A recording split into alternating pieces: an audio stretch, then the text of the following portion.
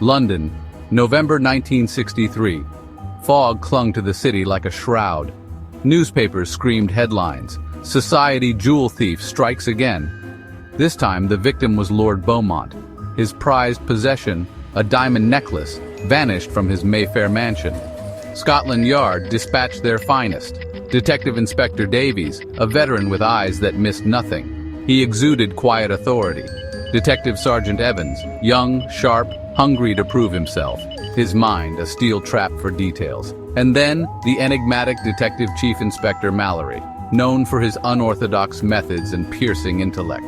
The stage was set, a battle of wits against a cunning adversary. Davies, the seasoned bloodhound, favored methodical investigation. He meticulously documented the scene, each fingerprint, each footstep. Evans, the eager terrier, chased every whisper, every rumor in Mayfair's underbelly. He thrived on chaos, finding order in the mundane. Mallory, the watchful eagle, soared above the fray.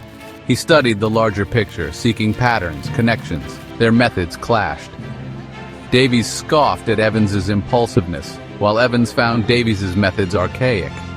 Mallory, a solitary figure, observed, silent and enigmatic. The tension between them crackled, threatening to derail the investigation.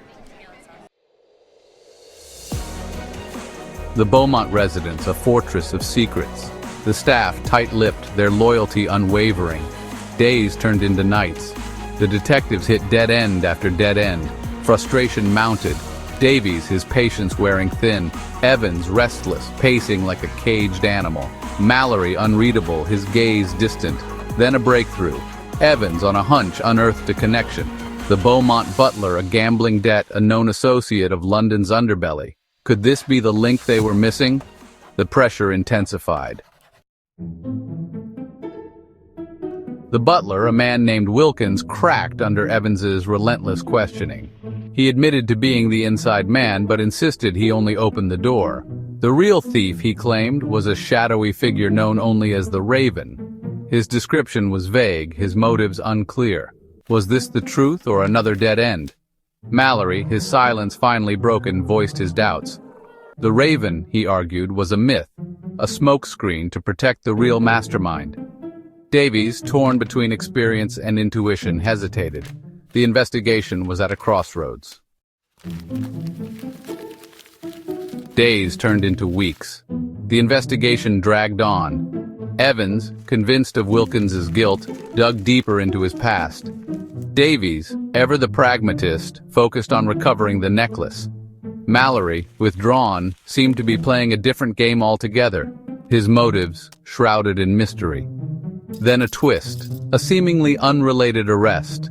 A small-time crook caught red-handed with a collection of stolen jewels.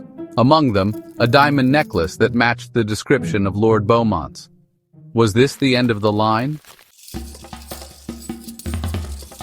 The captured thief, a shifty character named Smith, denied any involvement in the Beaumont robbery. He claimed he found the necklace, a lucky break. But the evidence was damning. Davies, relieved, saw it as an open and shut case. Evans, however, remained unconvinced. Smith lacked the finesse, the audacity of the Raven. Mallory, observing the captured jewels, noticed something peculiar, a tiny inscription barely visible to the naked eye. It was a jeweler's mark, one he recognized. His eyes narrowed. The game was far from over. The inscription led Mallory to a small, unassuming shop in Covent Garden. The proprietor, a frail old man, was a master jeweler. He recognized the necklace instantly. It was a replica, a clever fake, commissioned by none other than Lord Beaumont himself. The truth began to unravel. Beaumont, facing financial ruin, had devised an elaborate insurance scam. He hired the Raven to stage the robbery, using Wilkins as his inside man. The captured necklace was a decoy, planted to mislead the police. The pieces fell into place. Mallory, in a dramatic confrontation, exposed Beaumont's deception. He revealed the jeweler's testimony, the fake necklace, the entire web of lies. Beaumont, his composure shattered, confessed. The raven, it turned out, was a figment of his imagination, a detail fabricated to deflect suspicion. Davies, initially skeptical of Mallory's deductions, was forced to acknowledge his brilliance. Evans, though disappointed by the anticlimactic resolution to the raven, learned a valuable lesson about looking beyond the obvious. Beaumont, stripped of his title and fortune, faced the full force of the law. Wilkins, his loyalty tragically misplaced, received a lighter sentence for his role in the scheme. The real necklace was never recovered. Some whispered that the raven, though a fabrication in this case, was a real entity operating in the shadows.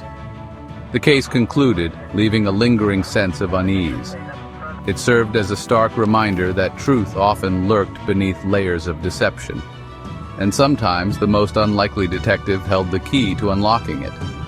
The fog that had cloaked Mayfair lifted, but the shadows of the case and the enigmatic Detective Chief Inspector Mallory remained.